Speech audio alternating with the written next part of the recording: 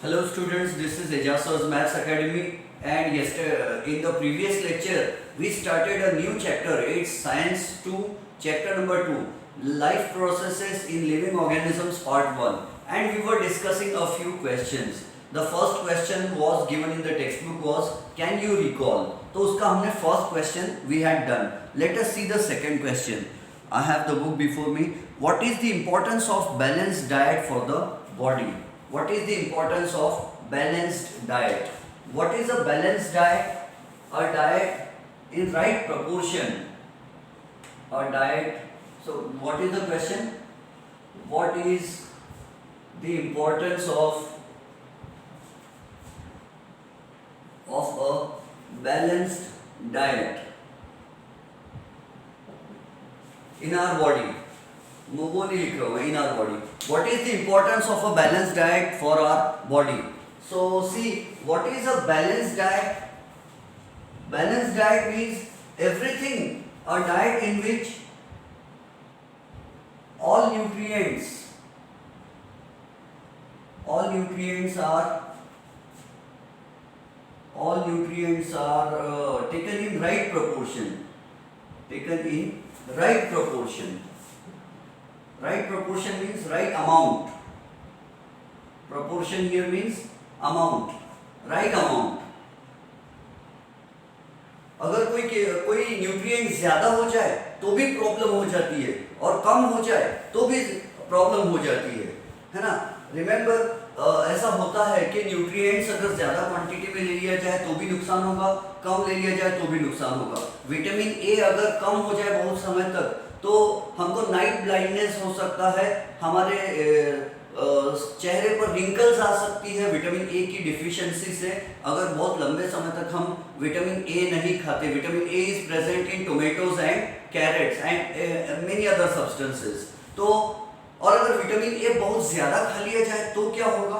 तो हमारे बाल झड़ने लग जाएंगे, है ना, बाल झड़ने लग जाते हैं विटामिन ए अगर ज्यादा हो जाए तो. इसी तरह बहुत सारे सब्सटेंसेस हैं. हाँ, सिर्फ vitamin B complex, vitamin B और विटामिन सी अगर कितना भी ज्यादा हो जाए बॉडी में तो उससे कोई प्रॉब्लम नहीं होती, क्योंकि they are water soluble vitamin. Vitamin B और vitamin C, B complex, B1, B2, B3, B5, B7 and B12. Vitamin B जो होते हैं और vitamin C, these are water soluble vitamin. ये वाटर में डिसॉल्व हो जाते हैं, अपनी क्वांटिटी में अगर ज्यादा हो गए तो यूरिन में निकल जाते हैं, तो इनके ज्यादा होने से कोई प्रॉब्लम नहीं होती. कम हो जाए तो प्रॉब्लम हो सकती है. तो what is a balanced diet? A diet in which all nutrients are taken in right proportion, in right quantities. अगर कम हो जाए, अगर लेस हो जाए बॉडी में तो it is called under nutrition. It is called under nutrition. और अंडर न्यूट्रिशन से कौन कौन सी बीमारी हो सकती है? तो 5 साल से छोटे बच्चों को अगर प्रोटीन सफिशिएंट नहीं मिला, प्रोटीन अगर लेस रहता है उनकी डाइट में, बिलो 5 इयर्स ऑफ एज, तो एक बीमारी होती है, उसका नाम है marasmus. It is a disease. ये कोई नोट्स में आपको नहीं मिलेगा, जितने भी मार्केट में नोट्स अवेलेबल उसमें नहीं मिलेगा, बट अपने आंसर में we can write it, because वो क्वेश्चन अपने मन से बोलने के लिए कहा है.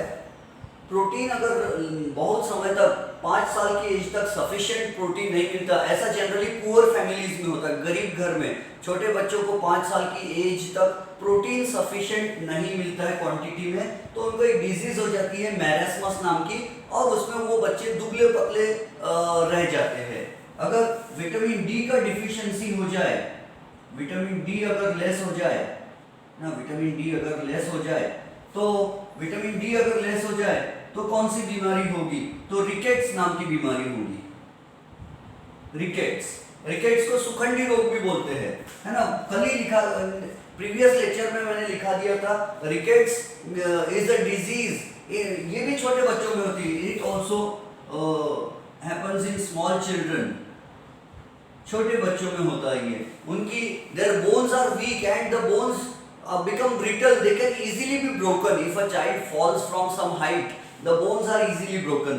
बच्चा या बच्ची कोई हाइट से, थोड़ी ऊंचाई से नीचे गिर जाए तो हड्डी किटकैट की तरह आसानी से टूट जाती है. तो ये रिकेट्स नाम की बीमारी होती है. अगर विटामिन उसके अलावा हमने तो बहुत सारी चीजें कल पढ़े हैं, है ना। विटामिन के कम हो जाए तो क्या होता, अगर ज्यादा हो जाए तो क्या होता, ज्यादा हो जाए तो it is called over nutrition, ज्यादा हो जाए तो it is called over nutrition. One is under nutrition and the other is over nutrition, और दोनों का ड्रॉबैक होता है। अंडर न्यूट्रिशन, प्रोटीन कम मिले तो मैरास्मस, विटामिन डी कम मिले तो रिकेट्स, आयरन कम हो जाए बॉडी में तो, लोहा कम हो जाए तो एनीमिया हो जाता है ना। उसके अलावा और क्या लिखे थे हमने, और क्या चीज कम हो जाने से प्रॉब्लम होती है, विटामिन सी कम हो जाए तो गम्स एंड टीथ का प्रॉब्लम हो जाता है, गम्स एंड टीथ, समझ रहे हो आप लोग, मसूड़े सड़ने लग जाते हैं, ठीक है, गम्स एंड टीथ डीके, ये प्रॉब्लम हो जाती है, ठीक है। गम्स का डीके होता है, गम्स सड़ने लग जाते हैं, गम्स ब्लीड करते हैं, खून निकलता है, मसूड़ों से खून निकलता है और दांत गिरने लग जाते हैं। विटामिन सी कम हो जाए तो, विटामिन ई कम हो जाए तो बाल नहीं बढ़ते। तो ये डिफिशियंसी, डाइटरी डिफिशियंसी डिजीजेस है, all this happen due to under nutrition. So balanced nutrition, balanced diet किसको बोलते हैं, जिसमें सब चीजें बराबर मिले। ओवर न्यूट्रिशन हो जाए तो क्या हो सकता है, ओवर न्यूट्रिशन हो जाने से ओबेसिटी हो सकती है, ओबेसिटी हो सकती है। व्हाट इज ओबेसिटी, मोटे हो जाना हद से ज्यादा। अगर मास बढ़ रहा है, देखो WWF होता है, John Cena, Batista, the Rock, the Undertaker, ये जो बॉडी बिल्डर्स होते हैं WWF वाले या WWE वाले, उन लोग में ओबेसिटी नहीं होती है, वो भारी होते हैं लेकिन उनमें मास होता है, उनके बॉडी में गोश्त होता है, चर्बी नहीं होती। जिन लोगों के बॉडी में फैट्स बहुत ज्यादा हो जाए वो ओबेसिटी में कहलाते हैं, वो लोग ओबेस हो जाते हैं। और उसके अलावा अथेरोस्क्लेरोसिस हो सकता है, अथेरोस्क्लेरोसिस। ये अथेरोस्क्लेरोसिस क्या होता है, ध्यान से समझो, अथेरोस्क्लेरोसिस क्या होता है। अथेरोस्क्लेरोसिस, अथेरोस्क्लेरोसिस यानी अपने हार्ट के आसपास की जो ब्लड वेसल्स होती है, खून की जो नस होती है, ब्लड वेसल, उसमें फैट्स डिपॉजिट हो जाते हैं, चर्बी जमा हो जाती है।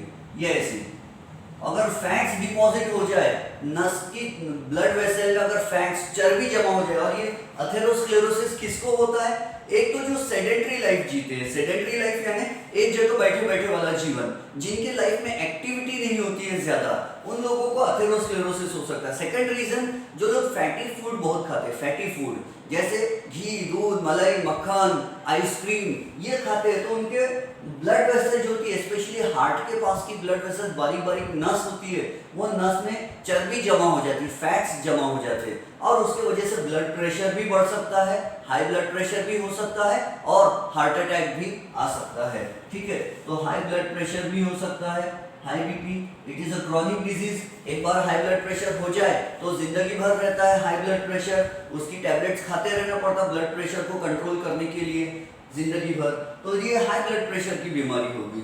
और अथेरोस्क्लेरोसिस की वजह से हार्ट अटैक भी आ सकता है।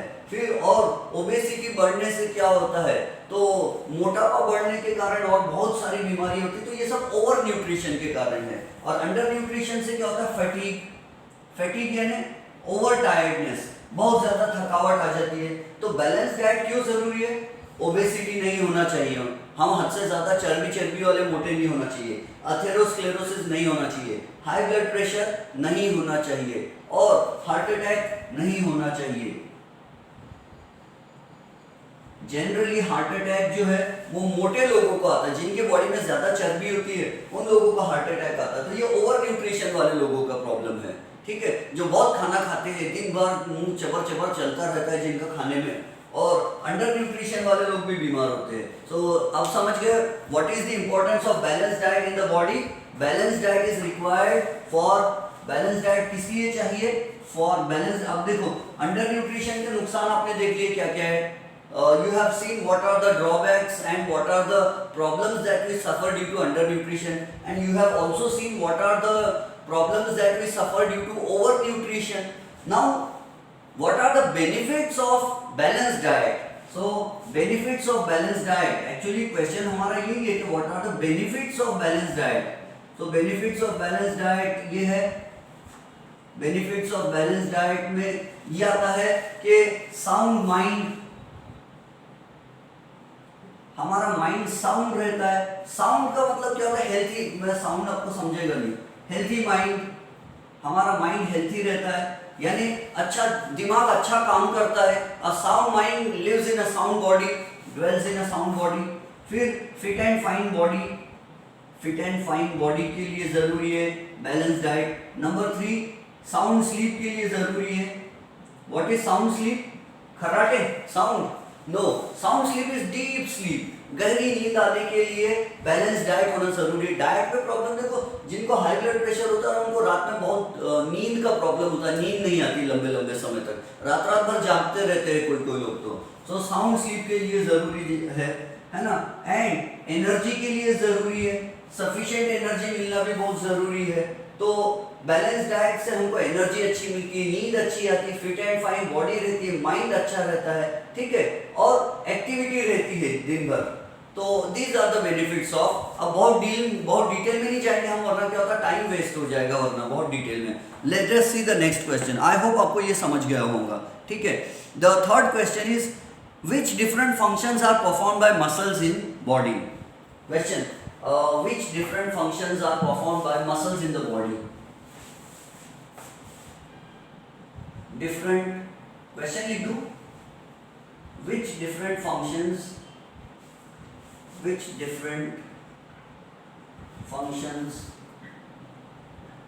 are performed by muscles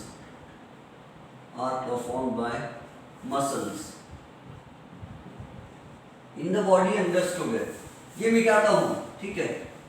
अगर आपको लगे कि इंपॉर्टेंट है, नोट करना चाहिए, तो you can pause the video and note down. The next thing is which different functions are performed by muscles. So what are the types of muscles? First of all, we should see which different functions are performed by muscles in the body. So there are 3 types of muscles in our body. The skeletal muscles, skeletal or voluntary muscles. We have already studied this in the 9th standard. Skeletal और voluntary muscles, इनका function क्या होता है? Skeletal muscle यानी the muscles which are attached to the bones. Skeletal muscles are those muscles which are attached to the bones. हड्डियों से चिपके होते हैं, attached to the bones. जैसे कि मेरा हाथ है तो इसमें मसल्स है, यहाँ पर हाथ में, यहाँ इसमें मसल्स लगे, मांस लगा हुआ है। तो जो मांस हड्डियों से टच होता है, हड्डियों से ज्वाइन होता है, वो क्या करता है? हड्डियों को चलाता है, मोशन मूवमेंट करने के लिए काम में आता है। तो इसका फंक्शन क्या है? मूवमेंट। और कौन सी मूवमेंट? Voluntary movement. अगर आप चलना चाहोगे तो आप चल सकते हो, अगर आप दौड़ना चाहो तो यू कैन रन फास्ट। और इसके अलावा और कौन सा फंक्शन होता है? पोस्चर। पोस्चर मेंटेन करने के लिए, खड़े रहने के लिए काम में आता। अगर हमारे बॉडी में ओनली बोन्स होते थे और मसल्स नहीं होते, मांस नहीं होता, सिर्फ हड्डियां होती थी, so we could not have stood straight, हम खड़े नहीं रह सकते थे, ठीक है। Number 2, what are the second types of muscles in our body? Involuntary muscles, involuntary muscles. And what is the importance of, what is the function of involuntary muscles? So heartbeat, lungs में respiration, all these are due to involuntary muscles, है ना। ये diaphragm नाम का एक involuntary muscle होता है, आगे समझाऊंगा मैं आपको जब respiration समझाऊंगा तो। So these involuntary muscles, heartbeat होती है, हमारा heartbeat हार्टबीट के जो मसल्स है वो कार्डियक मसल्स है। सो इनवॉलंटरी मसल्स में कैसा है? Digestion is controlled by involuntary muscles. वैसे हार्ट के मसल्स भी इनवॉलंटरी है, लेकिन उनको एक अलग ब्रांच में रखा जाता है। अब मैं ये नहीं लिख रहा striated muscles and non striated muscles, लिखूं क्या? नंबर 2, नॉन स्ट्राइटेड मसल्स, ये आपको 9th स्टैंडर्ड में था। Non-striated muscles, or which are also called involuntary muscles, and skeletal muscles are also called striated muscles. Tissues वाला चैप्टर अगर आप पढ़ोगे 9th स्टैंडर्ड का, तो ये उसमें सब कुछ था। कार्डियक मसल्स का फंक्शन क्या होता है? कार्डियक मसल्स और ऑल्सो इनवॉलंटरी मसल्स, एंड इनका काम होता है हार्टबीट, दिल का धड़कना, ठीक है। So these are the functions performed by muscles. What is the 4th question? Have you understood all these things? Striated muscles actually अभी इनका ये nobody will ask you what striated muscles are in the 10th standard. 9th में हमने पढ़ लिया है, अब इसको पढ़ने की जरूरत नहीं है. Striated muscles वैसे दिखने में ऐसे होते हैं, they are cylindrical, उनपे बीच में ऐसे striations होते हैं, ऐसे striations होते हैं. Alternate bright and dark bands होते हैं. और नॉन स्ट्राइटेड मसल्स पर ऐसा नहीं होता है. नंबर 3 कार्डियक मसल्स देखे थे. Cardio means heart, so these are the muscles of the heart और वो हार्ट बीट के काम में आते हैं. That was question number 3. Let us now discuss question number 4. What is the importance of digestive juices in digestive system? बेटा तो ये pause the video and note down. I am giving these things in short notes, you can remember them. So the next question is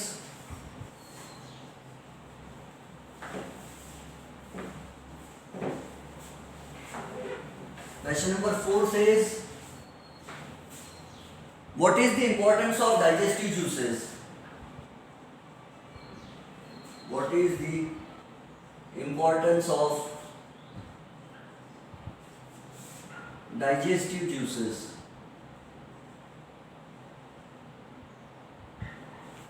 Remember one thing, if you study from Navneet Digest, you will not find these answers in detail. In questions के answers Navneet digest में दिए हैं लेकिन उतने अच्छे नहीं दिए हैं, इसलिए मैं उसको और अच्छे वाले आंसर्स दे रहा हूँ. और मेरे लिखाए हुए आंसर्स आप एग्जाम में लिखोगे तो you will definitely get good marks, plus teachers पर अच्छा इंप्रेशन क्रिएट होगा. लेकिन वो टीचर्स ने अच्छे से समझना चाहिए, नहीं तो टीचर बोलेंगे हमारा लिखा हुआ क्यों नहीं, नोट्स वाला क्यों नहीं, डाइजेस्ट वाला क्यों नहीं है. ऐसा नहीं होना चाहिए. सो नवनीत डाइजेस्ट में the answers are not up to the mark. हाँ, नवनीत डाइजेस्ट के आंसर्स बहुत अच्छे होते हैं, लेकिन ये वाले क्वेश्चंस के जो आंसर्स दिए उन्होंने बहुत शॉर्टकट में और बहुत जनरल आंसर दिए, स्पेसिफिक नहीं दिए. बोले डाइजेस्टिव जूसेस का क्या इंपॉर्टेंस है, तो आंसर दे दिए, बोले वो डाइजेशन के काम में आते हैं. तो ये इतना अच्छा आंसर नहीं हुआ. उनके नाम लिखते, बोले मसल्स का क्या इंपॉर्टेंस है, तो बोले मसल्स जो है ना वो खड़े रहने के काम में आते हैं और मूवमेंट के काम में आते हैं. तो सिर्फ इतना बोलना अच्छी बात नहीं है. नाम ले लिया अगर मसल्स के तो और नॉलेजेबल आंसर लगता है. See what is the importance of digestive juices? तो सबसे पहला डाइजेस्टिव जूस जो है वो सलाइवा. कहाँ से निकलता है? सलाइवरी ग्लैंड से निकलता है. आपको मालूम है सलाइवरी ग्लैंड कहाँ पर होता है? माउथ में होता है, मुंह में होता है. उसमें से सलाइवरी ग्लैंड में से जो सलाइवा निकलता है, मैं ऐसा कर देता हूँ, सलाइवरी ग्लैंड से निकलता है सलाइवा. और सलाइवा क्या करता है? Breaks the chain of starch, breaks the chain of glucose. Chain of glucose को क्या बोलते हैं? स्टार्च. और ब्रेक्स द चेन का मतलब क्या होता है? डाइजेस्ट करना. सलाइवरी ग्लैंड माउथ में होता है, उससे सलाइवा निकलता है और सलाइवा में सलाइवरी अमाइलेज नाम का एंजाइम होता है. बहुत और डिटेल में लिखा था ना, लंबी कहानी हो जाएगी. सलाइवा कंटेन्स, लिख दूं क्या? Saliva contains enzyme. एंजाइम वो केमिकल होता है जो चेन को तोड़ता है. ठीक है, in short saliva contains, otherwise biological catalyst वगैरह बोलते हैं. Saliva contains enzyme called salivary amylase. Saliva में केमिकल होता है, सलाइवा में केमिकल होता है, एंजाइम होता है, उसका नाम है सलाइवरी अमाइलेज. और ये क्या करता है? It breaks the chain of glucose, यानी इनडायरेक्टली इसी का मतलब होता है इट डाइजेस्ट स्टार्च. स्टार्च को डाइजेस्ट करता है. और स्टार्च क्या है? It is a chain of glucose. Glucose glucose glucose, it is a polymer of glucose. बहुत सारे ग्लूकोज ग्लूकोज ग्लूकोज ग्लूकोज जोड़ने से क्या बनता है? स्टार्च. तो ये स्टार्च जो चेन है, मैंने कल भी समझाया था, माला है ना, glucose bond glucose bond glucose bond glucose bond and glucose glucose. So glucose, various glucose units are joined with the help of bonds. So ये बॉन्ड्स को ब्रेक करने का काम, ये बॉन्ड्स को तोड़ने का काम करता है सलाइवा. इसके पीछे सीबीएसई बोर्ड में एक क्वेश्चन में पूछा है कि अगर if you take a piece of toast, अगर आप एक टोस्ट का टुकड़ा मुंह में रखते हो तो पहले मीठा नहीं लगता, लेकिन जब टोस्ट गीला हो जाता है, मुंह में गीला हो जाता है सलाइवा से, तो फिर टोस्ट मीठा लगता है. ऐसा क्यों? क्योंकि टोस्ट जब अपन जबान पे रखते हैं तो टोस्ट में होता है स्टार्च. टोस्ट में स्टार्च होता है, टोस्ट बोलते हैं ना, चाय से खाते हैं, उसमें स्टार्च होता है और वो स्टार्च डिसॉल्व नहीं होता। सूखा टोस्ट अगर मुंह में रखो तो मीठापन, उसका टेस्ट, स्वीटनेस पता नहीं चलता। थोड़ी देर के बाद स्वीटनेस पता चलता है। क्यों? जब उसमें सलाइवा मिक्स होता है, टोस्ट में सलाइवा मिक्स होता है और टोस्ट पिघल जाता है जब, तो टोस्ट के अंदर स्टार्च में ग्लूकोज के बीच के बॉन्ड्स टूटते हैं, ग्लूकोज ग्लूकोज ग्लूकोज यूनिट्स के बीच के बॉन्ड्स टूटते हैं और starch is converted into glucose. और जब ग्लूकोज हमारी जबान पे लगता है तो फिर हमको टेस्ट, स्वीटनेस पता चलता है। ठीक है, खैर इतना डिटेल तो मत याद रखो। तो सलाइवरी ग्लैंड से क्या निकलता है? सलाइवा। दूसरा, गैस्ट्रिक ग्लैंड। गैस्ट्रिक ग्लैंड से क्या निकलता है? गैस्ट्रिक ग्लैंड्स कहाँ होते हैं? स्टमक में होते हैं। उसमें से क्या निकलता है? तो स्टमक में से एक एंजाइम निकलता है, एंजाइम निकलता है जिसका नाम है पेप्सिन। और पेप्सिन क्या करता है? It digest protein.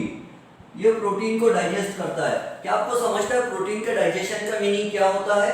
प्रोटीन के डाइजेशन का मतलब होता है अमाइनो एसिड की चेन को ब्रेक करना है, breaks the chain of amino acids. Amino acid की चेन को ब्रेक करता है कौन?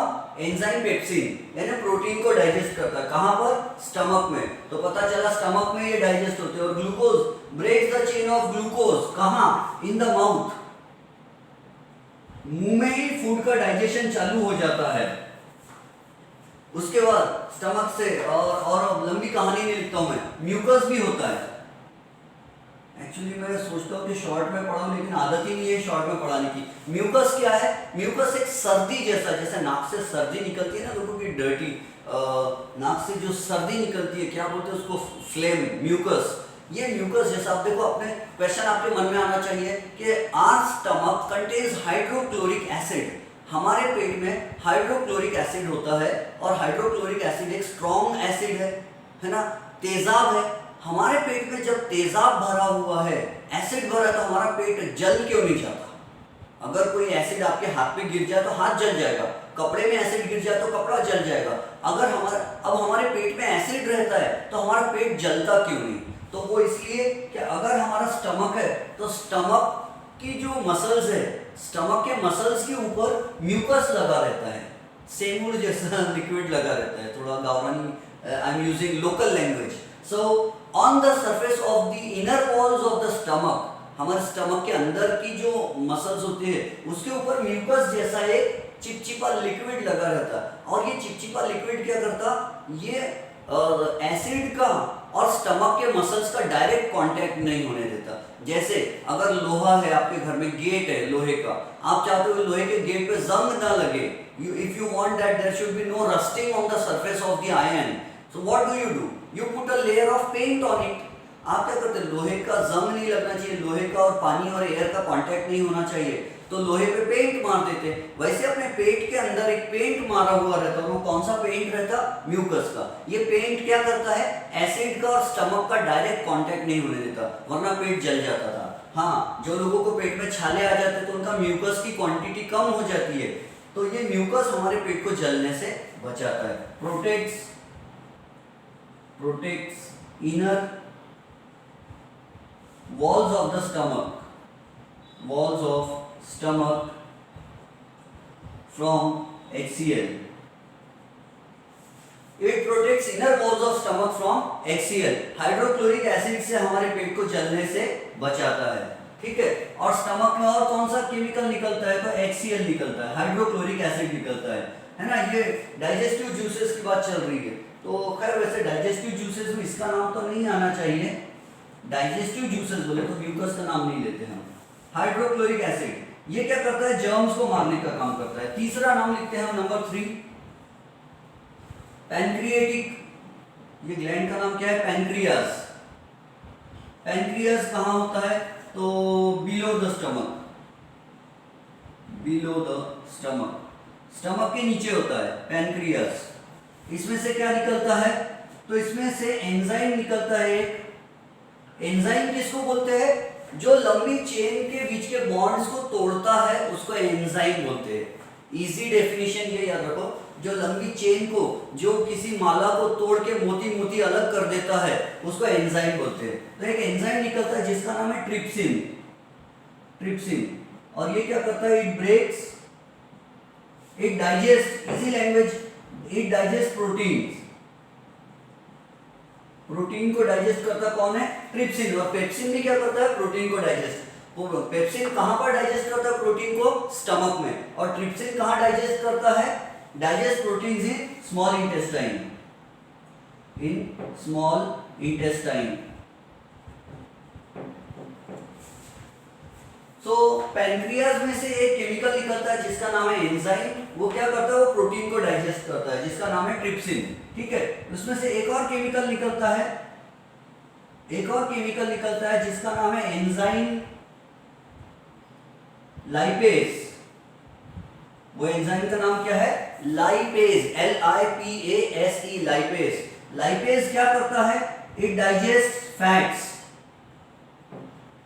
ये किसको डाइजेस्ट करता है, फैट्स को, चिकनाई, घी, दूध, मलाई, मक्खन को डाइजेस्ट करने के लिए कौन सा केमिकल है, लाइपेज। ठीक है, और एक तीसरा और एक केमिकल होता है जिसका नाम है पैनक्रिएटिक अमाइलेज।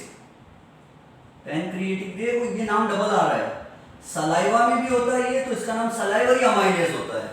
सलाइवा में रहा तो सलाइवरी अमाइलेज, और पैनक्रियास से भी निकलता है तो उसका नाम है पैनक्रिएटिक अमाइलेज। और ये किसको डाइजेस्ट करता है, it digest starch, it digest starch. ठीक है, 1 मिनट, लाइट ऑफ हो गई, पावर फेलियर होगा।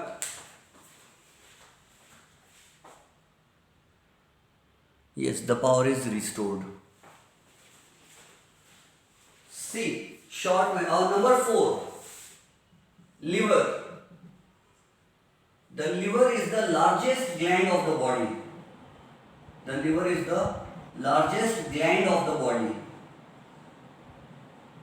लिवर को largest gland of the body बोलते हैं। ग्लैंड यानी पाउच, ऐसा पाउच जिसमें से कुछ केमिकल्स निकलते हैं। ये ग्लैंड वगैरह आप 9th स्टैंडर्ड में पढ़ चुके हो, एक्सोक्राइन ग्लैंड। एंडोक्राइन ग्लैंड से हार्मोन्स निकलते हैं, एक्सोक्राइन ग्लैंड से डाइजेस्टिव जूसेस निकलते हैं। लिवर से क्या निकलता है, बाइल जूस। बाइल जूस क्या करता है, इट डाइजेस्ट फैट्स। तो देखो हमारे पास हर चीज के लिए दो दो हो गए, सलाइवरी अमाइलेज और पैनक्रिएटिक अमाइलेज दोनों मिलकर किसको डाइजेस्ट करते हैं, स्टार्च को। लाइपेज फैट्स को डाइजेस्ट करता है और बाइल भी फैट्स को डाइजेस्ट करता है। एंजाइम पेप्सिन और एंजाइम ट्रिप्सिन दोनों भी प्रोटीन को डाइजेस्ट करते हैं। तो प्रोटीन को डाइजेस्ट करने के लिए दो चीजें हमारे पास, फैट्स को डाइजेस्ट, बाइल जूस है। बाइल जूस कौन से कलर का होता है, येलो कलर का होता है। कहां से निकलता है, लिवर में बनता है और गॉल ब्लैडर में स्टोर करके रखते हैं, वहां से निकलता है। और बाइल जूस पीले कलर का होता है। अगर हमारे लिवर में कोई प्रॉब्लम हो जाए तो लिवर बहुत ज्यादा बाइल जूस बनाता है।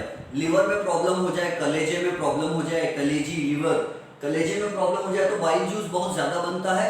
और बाइल जूस अगर ज्यादा बन जाए तो पूरी बॉडी में बाइल जूस का कलर कौन सा होता है, येलो।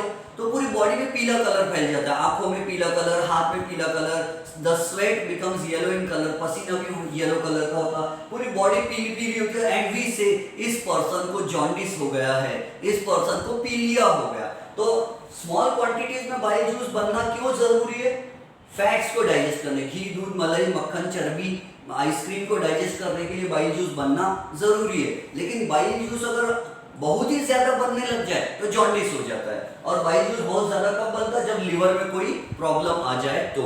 ठीक है, दैट वाज क्वेश्चन नंबर 4। अगर नोट करना चाहते हो तो वीडियो पॉज करके नोट कर लो। Now I am going towards question number 5।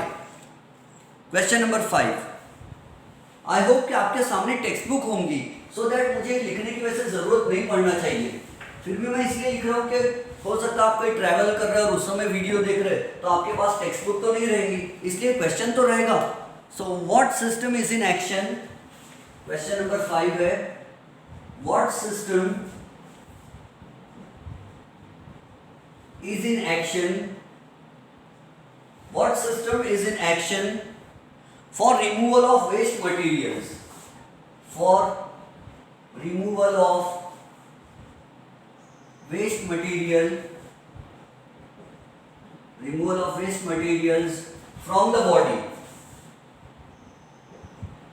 from the body. What system is in action for the removal of waste materials from the body? ये देखो पुराना क्वेश्चन एक बार याद दिला दूं. सलाइवरी ग्लैंड किसको, सलाइवरी ग्लैंड से सलाइवा निकलता है, सलाइवा स्टार्च को डाइजेस्ट करता है.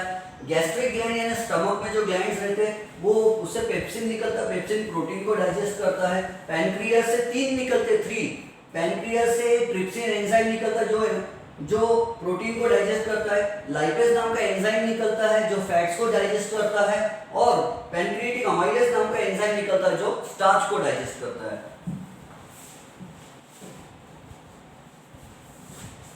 इनको आप अपने ओन वर्ड्स में बना सकते हैं. Liver is the largest gland of the body. Liver से बाइल जूस निकलता है, बाइल जूस फैट्स को डाइजेस्ट करता है. अगर बाइल जूस हद से ज्यादा बनने लग जाए बॉडी में तो पीलिया हो जाता है, जॉन्डिस हो जाता है. अब नेक्स्ट क्वेश्चन इजी है. What system is in action for removal of waste materials from the body? तो the easy answer is excretory system.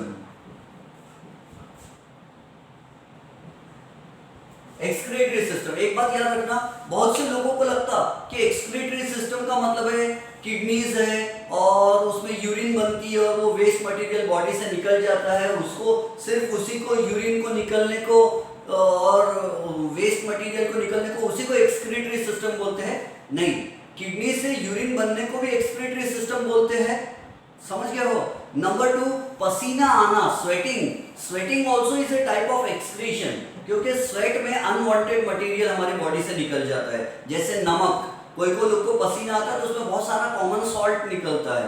तो sweating also is excretory system. ठीक है, it is a part of मतलब it is a type of excretion. Number 3, हम जो carbon dioxide gas remove कर रहे हैं हमारे एक्सहेलेशन में, that is also a type of excretion. समझ रहे हो? हम जो सांस बाहर निकालते हैं कार्बन डाइऑक्साइड, वो भी एक्सक्रीशन है. पसीना आना भी एक्सक्रीशन है और यूरिन वगैरह निकलना भी एक्सक्रीशन है. ठीक है, that's done. It was an easy question.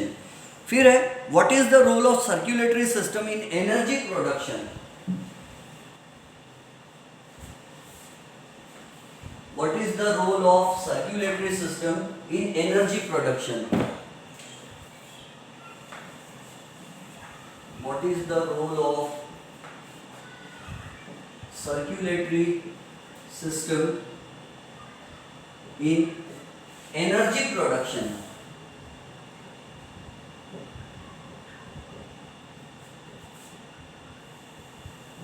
Circulatory system, the blood circulatory system, the river of life, इसका क्या फायदा है? तो सर्क्यूलेटरी सिस्टम एनर्जी प्रोड्यूस करने में कैसे मदद करती है? Remember, glucose plus oxygen is equal to energy. जब भी ग्लूकोज को फूड ऑक्सीजन ऑक्सीडाइजेस ग्लूकोज, जब भी ऑक्सीजन ग्लूकोज को जलाती है तो ग्लूकोज के जलने से एनर्जी बनती है. ठीक है, उसके अलावा फैट्स, उनको लिक्विड फैट्स को लिपिड्स भी बोलते हैं हम वैसे, है ना. लिपिड्स लिख दो, लिपिड्स आर लिक्विड फैट्स, समझो. सो लिपिड्स और ग्लूकोज, इनमें से किसी एक को ऑक्सीजन जब जलाती है तो एनर्जी बनती है. अब what is the role of blood circulatory system? So blood circulatory system carries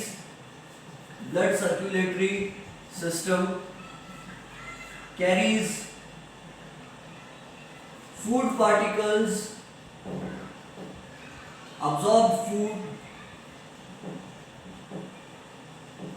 to every cell of the body,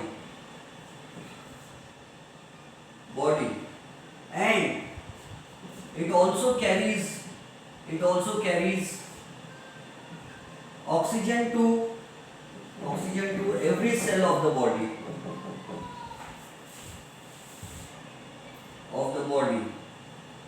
फिर क्या लिखेंगे?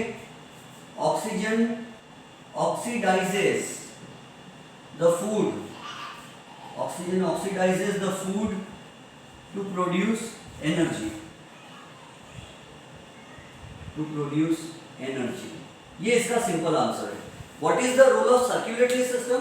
तो सर्कुलेटरी सिस्टम पहले फूड, जो हम फूड डाइजेस्ट हो जाता है, फूड का डाइजेशन कहाँ कंप्लीट होता है? स्मॉल इंटेस्टाइन में जाए तक, पहुंचे तक स्मॉल इंटेस्टाइन में फूड पूरी तरह डाइजेस्ट हो जाता है.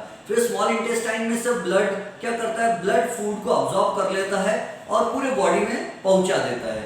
The food is transported to each and every cell of the body.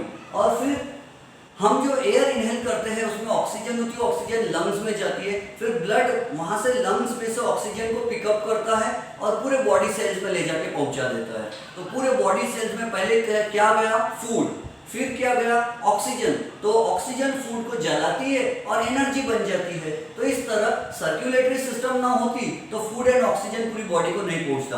आपने देखे होंगे जब हम तेज मेहनत करते हैं, when we are doing vigorous exercise, when we are running very fast और a dog is running behind us, what happens then, our breathing rate increases as well as the blood circulate, the heart beat also becomes fast. आपने देखा कभी हमारे पीछे कुत्ता भाग जाए या हम कड़ी मेहनत कर रहे जिम में तो हमारी सांस भी तेज हो जाती है और दिल की धड़कन भी धड़ जल्दी चलती है। क्या रीजन है? क्योंकि जब हमारे पीछे कुत्ता भाग रहा है या जब हम जिम में बहुत मेहनत कर रहे हैं तो हमें एनर्जी ज्यादा चाहिए, और एनर्जी ज्यादा चाहिए इसके लिए ब्लड को तेज भागना पड़ता है, इसीलिए दिल की धड़कन तेज हो जाती है। तो ब्लड फास्ट में भागता है और ब्लड फास्ट में भागकर क्या करता है, तो जल्दी जल्दी फूड पहुंचाता है बॉडी के सेल्स को, और जल्दी जल्दी सांस क्यों तेज हो जाती, ताकि जल्दी जल्दी ऑक्सीजन पहुंचाना है पूरे बॉडी को। तो ब्लड का काम है फूड भी पूरे बॉडी के सेल्स को पहुंचाना और ऑक्सीजन भी पूरे बॉडी सेल्स को पहुंचाना, ताकि ऑक्सीजन फूड को जलाए और एनर्जी बना ले। फिर वो बनी हुई एनर्जी के साथ CO2 रहती है उसको लंग्स में ला लेता है, वो हमारे लिए जरूरी नहीं। ये समझ में आ गया? ठीक है। The next question is, I hope आपको ये समझ में आ गया होगा। ठीक है, ब्लड का काम है ग्लूकोज और बहुत सारी चीजों को पूरे बॉडी के सेल्स तक पहुंचा देना और ऑक्सीजन को भी पहुंचा देना, ताकि ऑक्सीजन फूड को जला के एनर्जी बना ले।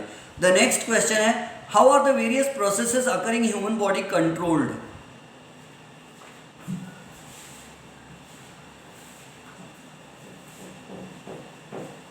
How are the various processes occurring in human body controlled? Number 7 is, how are the various processes occurring in human body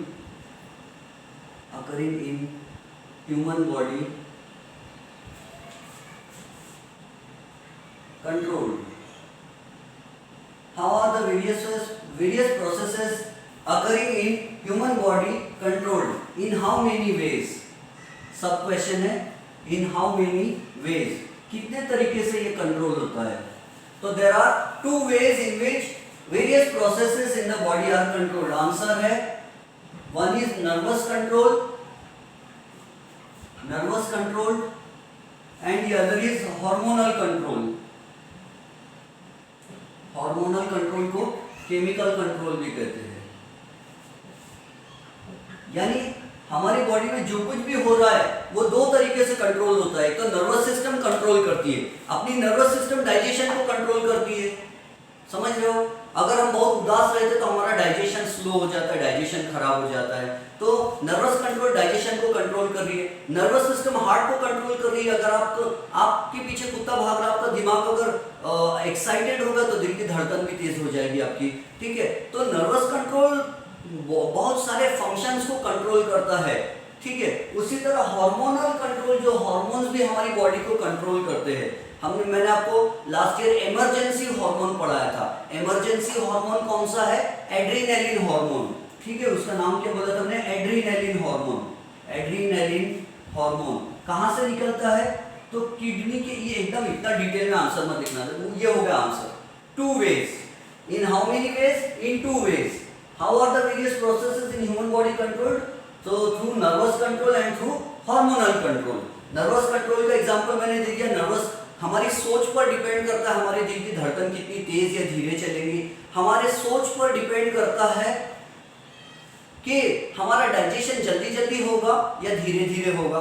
उसी तरह हमारी सोच पर बहुत सारे फंक्शंस डिपेंड करते हैं। हमारे ब्रेन के फंक्शन पर बॉडी के फंक्शंस डिपेंड करते हैं। The brain is the headquarters of the body. उसी तरह हार्मोनल कंट्रोल, एड्रेनलिन हार्मोन, जब हमारी फाइट या फ्लाइट या फ्रीज वाली कंडीशन आ जाती, फाइट या फ्लाइट, दो चीजें होती है, या तो फाइट और फ्लाइट। समझ में आ रहा? देखो ये 9th स्टैंडर्ड में हो चुका है, अगर आपको नहीं ध्यान में है तो इसमें मेरी कोई गलती नहीं होगी कि फाइट और फ्लाइट का मतलब क्या है। अगर आपके सामने शेर आ जाए तो आपके पास दो ही ऑप्शंस रहेंगे, आइदर फाइट, या तो आस्तीन चढ़ाकर शेर से लड़ लो, या दूसरा ऑप्शन है लुंगी उठा के फ्लाइट, उड़ जाओ। फ्लाइट यानी फ्लाई का नाउन है फ्लाइट, उड़ जाना, भाग जाना एरोप्लेन की तरह। तो फाइट और फ्लाइट, अगर आप लड़ रहे हो शेर से तो भी आपको ज्यादा एनर्जी की जरूरत है, दिल की धड़कन तेज होना चाहिए, रैपिड ब्रीदिंग होना चाहिए। और अगर आप भाग रहे हो तो भागने में भी आपके मसल्स टाइट हो जाना चाहिए, आपके दिल की धड़कन तेज हो जाना चाहिए, आपकी सांस ब्रीदिंग रेट फास्ट हो जाना चाहिए। और ये सब काम कौन करता है? एड्रेनालिन हार्मोन करता है। ठीक है, तो बहुत सारे एग्जाम्पल्स है, बट इतने एग्जाम्पल इतने डिटेल में हमको नहीं लिखना है। हमारा आंसर क्या होना चाहिए? देखो सिंपल लैंग्वेज में हमारा आंसर होना चाहिए, the various processes occurring in human body are controlled in two ways, the first is the nervous control and the second is the hormonal control। बस इतना ही हमारा आंसर होना चाहिए। फिर उसके बाद नेक्स्ट क्वेश्चन आता है what is respiration and how does it occur. तो मैं ये what is respiration and how does it occur को मैं डिटेल में लंग्स वगैरह का डायग्राम बना के समझाऊंगा, और वो समझेंगे हम इन द नेक्स्ट लेक्चर। ठीक है, आई होप कि आपने इतना सब कुछ समझ लिया है। और दूसरा भी चीज़ देख लेते हैं कि what is the importance of digestive juices देख लिया हमने, एक्सक्रीटरी सिस्टम देख लिया हमने, ऑक्सीजन एंड फूड ट्रांसपोर्ट होता है ये देख लिया हमने, और nervous control and hormonal control भी देख लिए, कार्डियक वॉलंटरी इनवॉलंटरी मसल्स भी देख लिए हमने। ठीक है, बैलेंस डाइट भी देख लिया हमने, carbohydrate protein fats amount right amount में होना चाहिए। तो ये हुआ हमारे कैन यू रिकॉल के questions given on text book page number 12। Text book के पेज नंबर 12 पर इतने क्वेश्चंस दिए हैं, इसमें और दो क्वेश्चंस दिए टेक्स्ट बुक के पेज नंबर 12 पर। एक हॉर्ट्स का क्वेश्चन है और एक क्वेश्चन है व्हाट इज रेस्पिरेशन। तो व्हाट इज रेस्पिरेशन पहले दिया है, तो उसको हम अलग से डिटेल में पढ़ेंगे, क्योंकि इस चैप्टर में हमें रेस्पिरेशन को डिटेल में पढ़ना है। आगे भी और रेस्पिरेशन के बारे में आने वाला है। ये chapter respiration and cell division के बारे में है। ठीक है, so have a nice day, enjoy your studies and stay at home।